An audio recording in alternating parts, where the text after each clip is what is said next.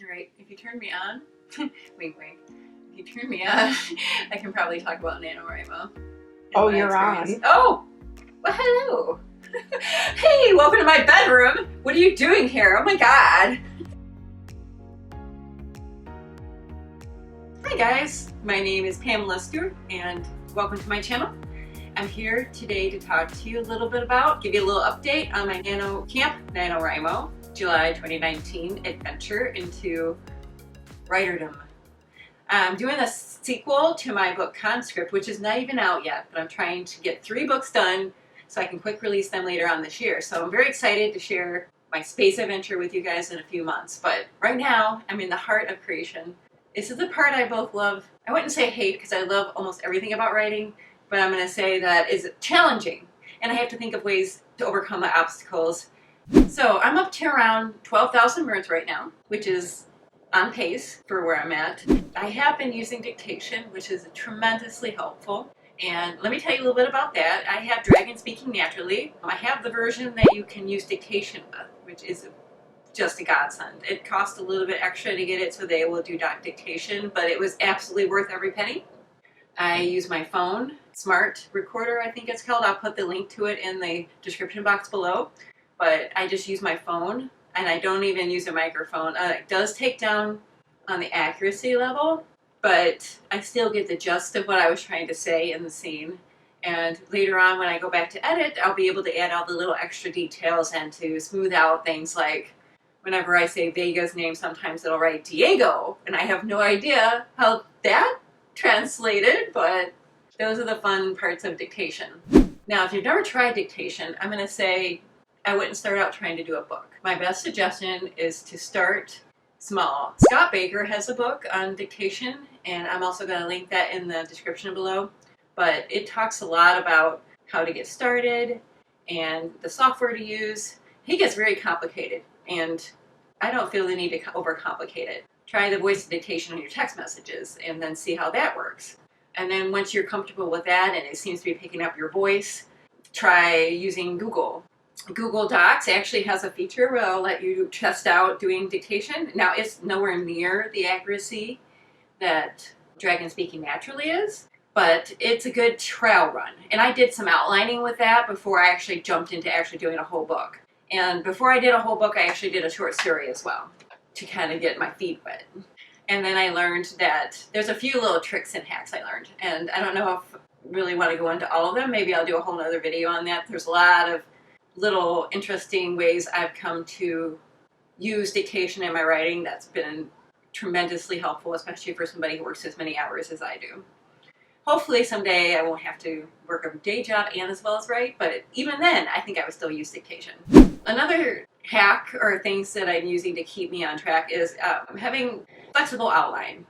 Now I find I'm partly a discovery writer, but I know that I have to have some structure or I'm going to end up editing for 5 months. So the point of doing NaNoWriMo would have been moot because I won't have anything done at the end of the month anyway. It's going to take months to actually shape it into something it needs to be.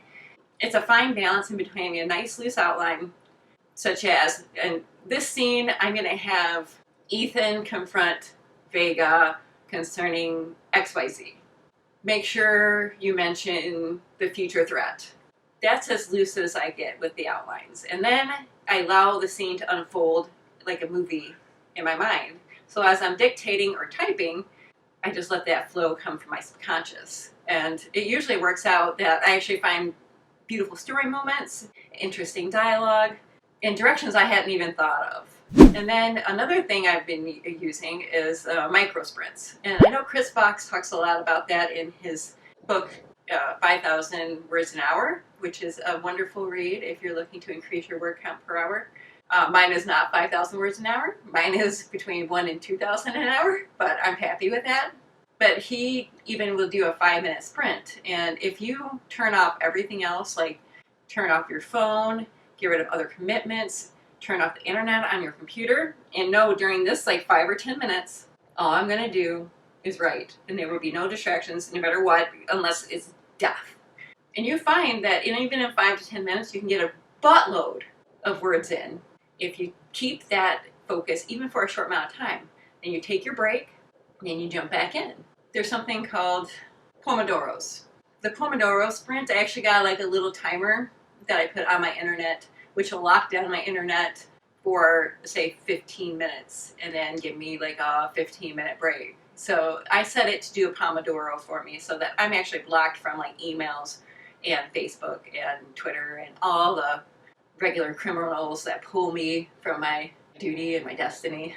But it works out tremendously, and I forgot the name of the software, but I'm also gonna put a link to that in the description box if you find that helpful. Another thing which I didn't use this year, but I've used in the past, is Write or Die, and that's also a free software you can do. There's a paid version, which I actually have that too.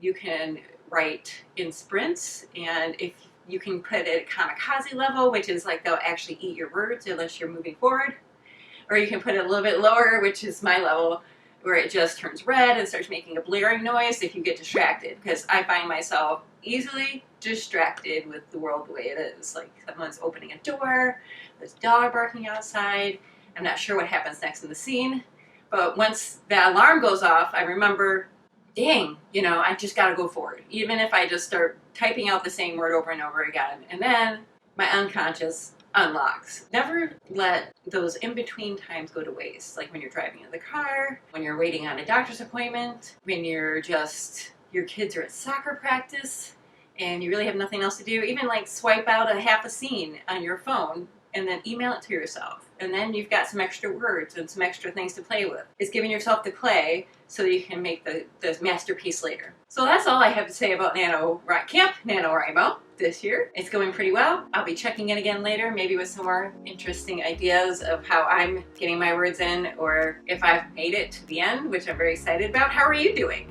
Are you doing Camp NaNoWriMo? Are you just trying to get some editing done? Are you just trying to think of the idea for your next book? Let me know in the comments. I'd love to hear your problems and questions and your thoughts on how to get more words in per day and how to make them good words. Thank you. I'll talk to you later.